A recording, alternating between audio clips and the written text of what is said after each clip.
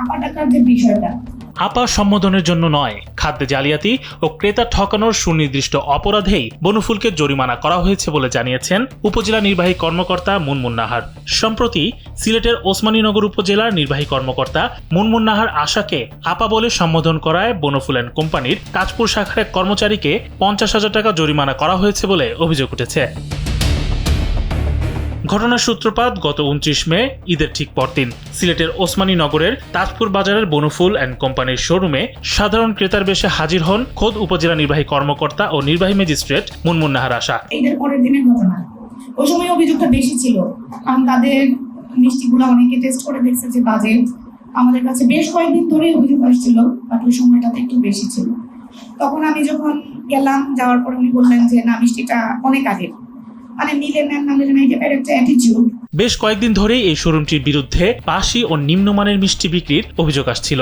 সত্যতা যাচাই করতে মিষ্টির মান ও দাম নিয়ে কর্মচারীদের প্রশ্ন করতে বেরিয়ে আসে থলের বিড়াল। কর্মচারীরা নিজেরাই স্বীকার করেন দোকানে রাখা কিছু মিষ্টি ঈদের 3 দিন আগের বাসি মিষ্টি নতুন মিষ্টির সাথে মিশিয়ে বিক্রি করা হচ্ছিল পুরনো এই মিষ্টিগুলো। এটা অনেক আগের বলতে কতদিন আগে, তো কেউ বলতেছে ঈদের 3 দিন আগের, কেউ বলতেছে আগের দিনের, কেউ বলতেছে আগের, এরকম।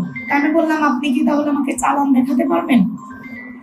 তো উনি বললেন যে না, চালান দেখানো যাবে না। আমি কেসে যিনি ছিলেন ওনাকে বললাম যে আপনাদের ডকুমেন্টস দেখাতে হবে।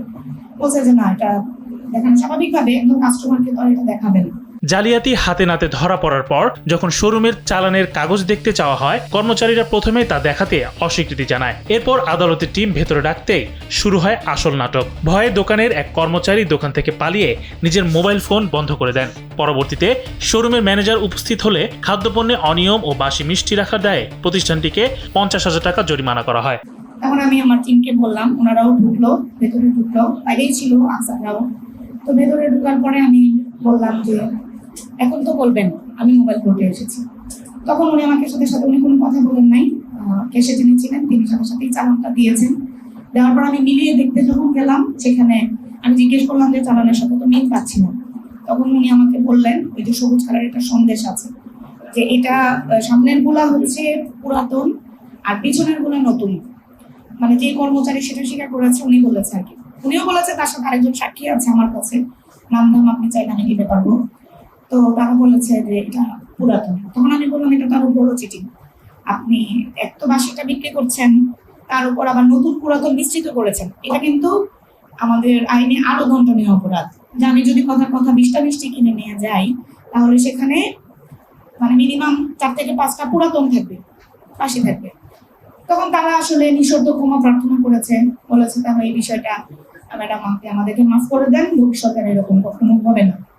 তখন ম্যানেজার ছিলেন না, আমি ওই কর্মচারীকে বললাম আপনার ম্যানেজারকে ডাকেন, কারণ বিষয়টা তো কোম্পানির বিষয়, আপনি ম্যানেজারকে ডাকেন। তো উনি ডাকবেন বলে উনি সেখান থেকে চলে গিয়েছেন এবং উনি ফোন বন্ধ করে ফেলেছেন।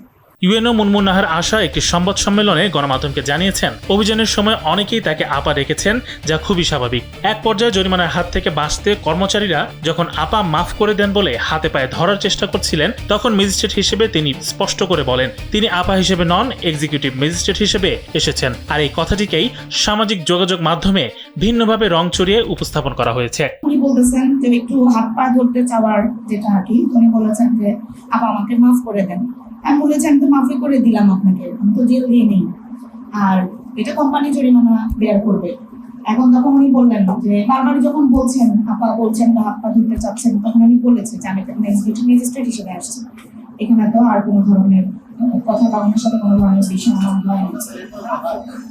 এখন এই বিষয়টাকেই পরবর্তীতে আসলে কি হয়েছে আমি জানি না, সাংবাদিক সাহেব যিনি নিউজ করেছেন তিনি ওই অ্যাকচুয়াল বিষয়টাকে হাইলাইট করে জাস্ট ওই কথাটা দিয়ে মেবি হয়তো বা হতে পারে এটা ভাইরাল হওয়ার জন্য বা যে কোনো কারণে হয়তো এটা করেছেন। ইমাম শরীফ, কালবেলা।